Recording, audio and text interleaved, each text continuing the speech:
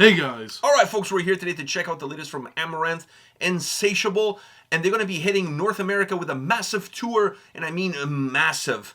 The size of Lexington Steel's dick. Alright, anyways. I thought you were going to say something else. I was thinking of something else, but I couldn't think of something else, so I just went with dick. So, anyhow, they're coming with... see what I did there? With Dragon Force, Nanowar of Steel, and Edge of Paradise. My goodness. Gauntlet of Greatness. I was going to say, it's going to be a Fantastic bukkake of greatness. I'm definitely not missing their Toronto show, and I don't think any of you should miss any of their shows. So go find out where they're playing, buy a ticket, and attend, and don't show up late, because it's going to be great all the way through. Finally, some Norwegian reggaeton. Exactly. My God, man, I can't wait to see what the set list for those guys are going to be. I feel like it's going to be banger after banger. I agree with you. Still on the same Lexington Steel kind of thing. Alright, so Insatiable by Amaranthe. You ready for this? Yeah. Let's fucking do it.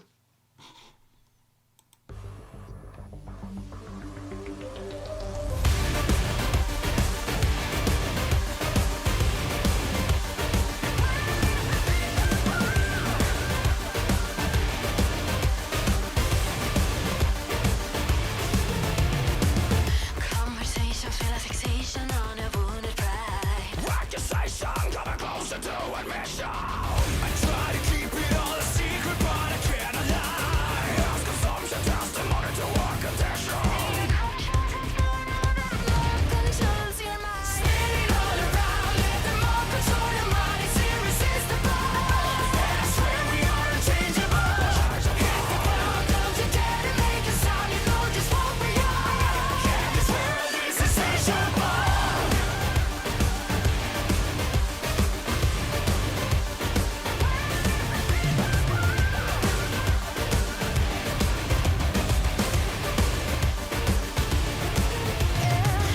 Near-extinction is an equation that you bright aside. Decomposition, still no fast into attrition. Accusation like defected armageddon's nigh. Addiction, unreal and comprehension.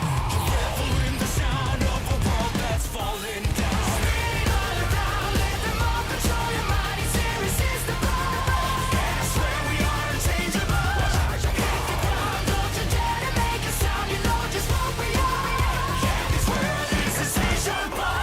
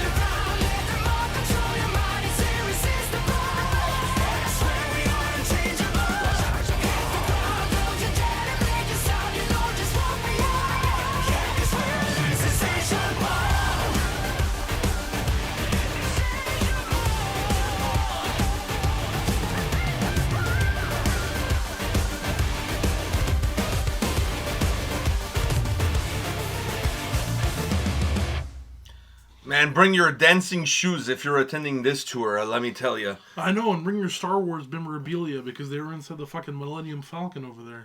Whatever he said, but definitely bring Did your... you not get, like, wherever the fuck they were? I got a little bit... To me, it looked more like the Hunt for the Red October. It had a little bit more of a submarine vibe to me. It looked like a mixture of... It looked like it was too small to be the... You know the scene in Star Wars where the door opens, Darth Vader comes out, and all those guys with those shitty-ass helmets are dead with their blue polos and stuff? That's what it kind of looked like. But it's also too small, so it reminded me also of the Millennium Falcon. All right. For me, it was more of the Hunt for the Red October. So, anyhow... Whenever I think of the Red Octobers, I think of a shoe.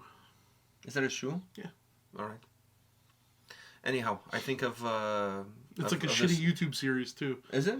No, that's what I'm thinking. Like, The Hunt for the Red October sounds like a shitty YouTube series. No, it's a fucking great movie. Oh. And it's based on a true story of a submarine that left during the Cold War. They defected from Russia to the U.S. Allegedly. Allegedly. It's based. It doesn't say that it's confirmed on a true story. It's based, loosely based on a true story. Anyways, watch it. It's with the former 007 guy. What's his name? The Scottish guy. Oh, The guy that's a sir. he was knighted. He was knighted. Oh, I don't know. Can't remember his name. I didn't even watch that 007 movie. What do you mean movie? He did a bunch. He was Or one of the whatever, first 007s. Oh, no, he wasn't one of the first ones. Wasn't the first one like this American dude? No, there was always been British he's guys. always They've been a never British guy. had American guys. I don't actually think I've watched it. 007, the guy is supposed to be a British spy. Dude, Why they got an American dude there? I don't think I ever watched Really, it. to throw people off? There's no Yeah. way he's going to be a British spy. He sounds American. I think I've never watched a 007 movie. I've played the game. I've played 007.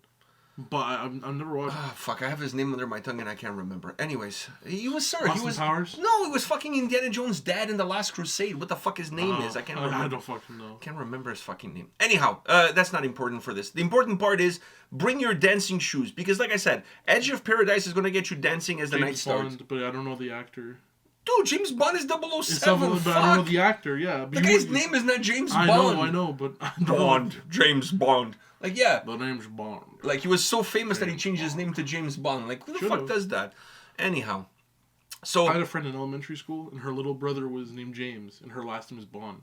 no way. Yeah, No way. yeah. There's a woman at your mother's workplace.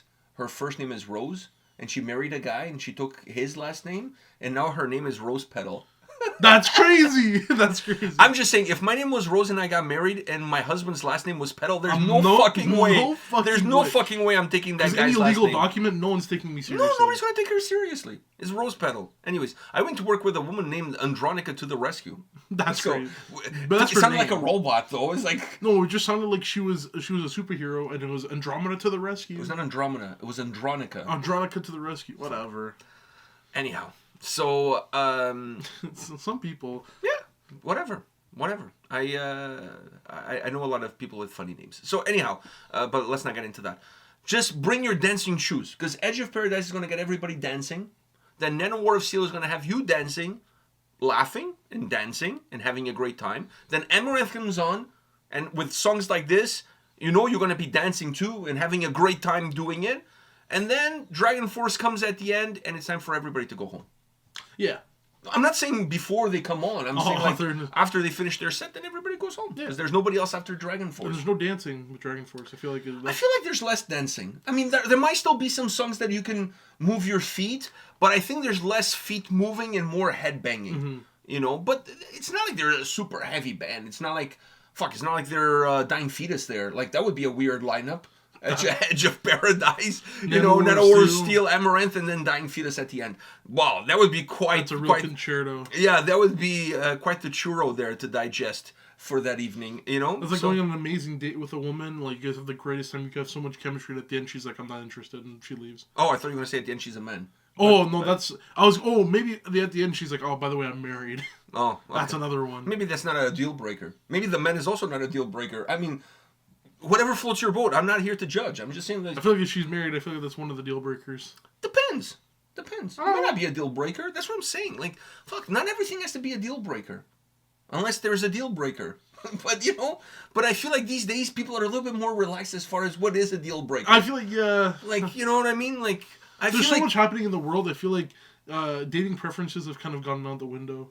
I have a buddy of mine that he's so hard up on finding somebody to date. At this point, I'm honestly, I don't know if there's anything that would be a deal breaker for him. I honestly don't think there would be. But anyways, I just feel like people are more willing to compromise these days because it's just so much riffraff. It's kind of hard to to get what you want. So fuck it. Sometimes you just gotta go with the Take flow. what you get. Yeah, exactly.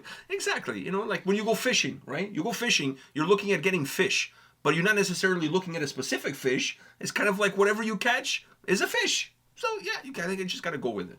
True. Unless you're gonna go tuna fishing, then you are obviously looking specifically for tuna. But if you got a swordfish while tuna fishing, I don't think you would want to throw it out. I think you'd still be happy with that. Or salmon. Salmon would be a little bit hard to get because I don't think they're in the same waters. But Oh, true. okay, but fair enough. I'm not a big fish. By that I mean I'm not a fisher, so I don't know. You're not a fisher. I'm not a fisher. You're not a fisherman. Not a fisher. What the fuck is a fisher? The last name? Nancy. Nancy Fisher. Yeah, that's a person. All right, named Nancy. Definitely is. It is. There's multiple people probably. There are a lot of people with your last name and probably first name too.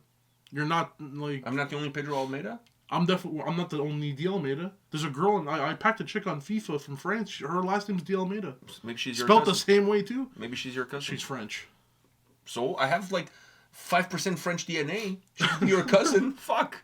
I I have feel like we 3% would have known. I Norwegian. feel like we would have known. No, maybe you don't. Maybe ancestry DNA shows me that she's my 6th cousin. 6 times removed. Whatever. Anyhow, back into this. What did you think about Insatiable? Inside the Red October. Inside the Red October, Millennium Falcon, whatever the case may be. It's a good song. It's a good dancing song. I mean, it's not their most like. It's not my favorite song from them, but it's a really nice dancing song.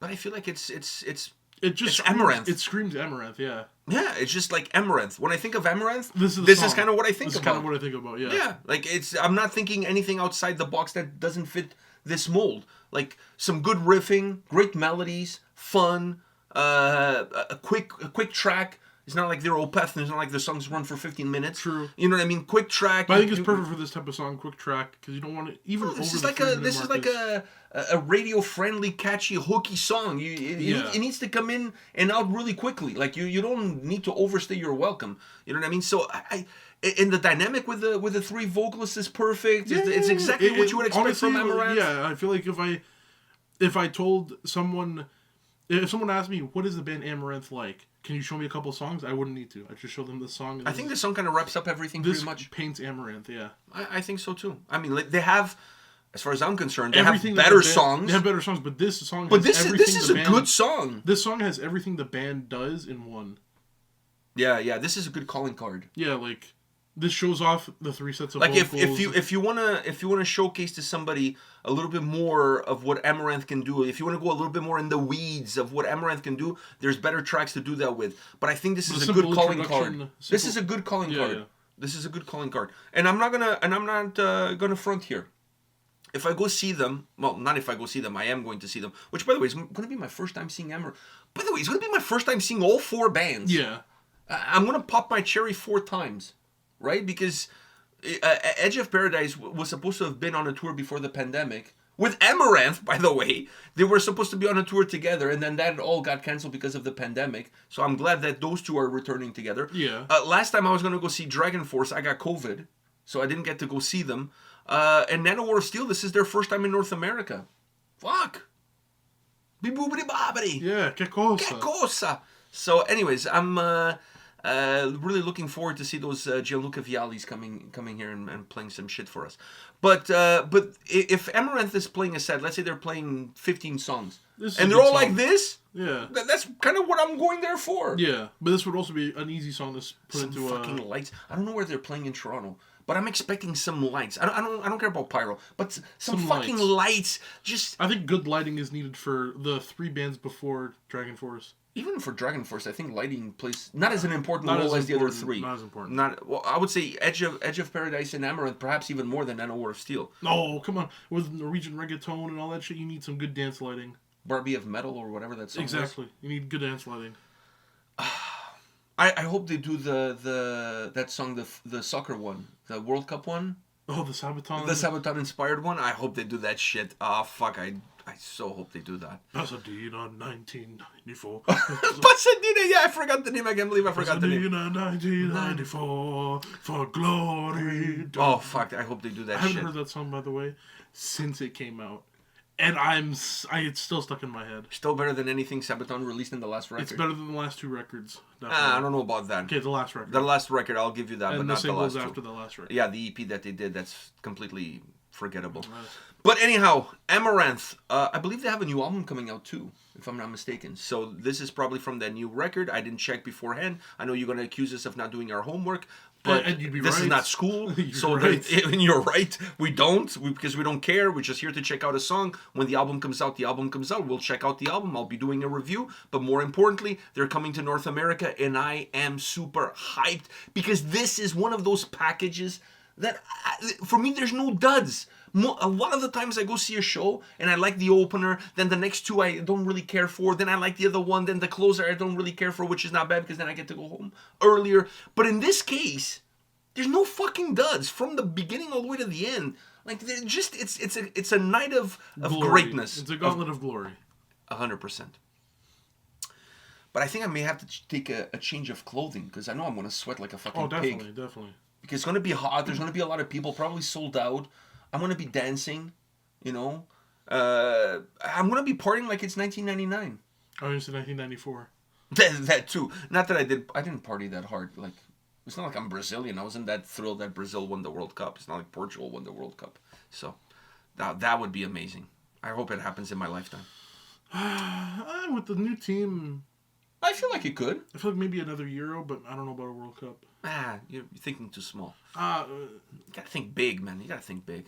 the Manshaft has been playing pretty shit lately, so maybe that's our chance. Since the Manshaft is doing bad, Italy's not doing great either. Exactly. All of our big nemesis. our big nemesis are not really doing that well. So there you go. We have a chance.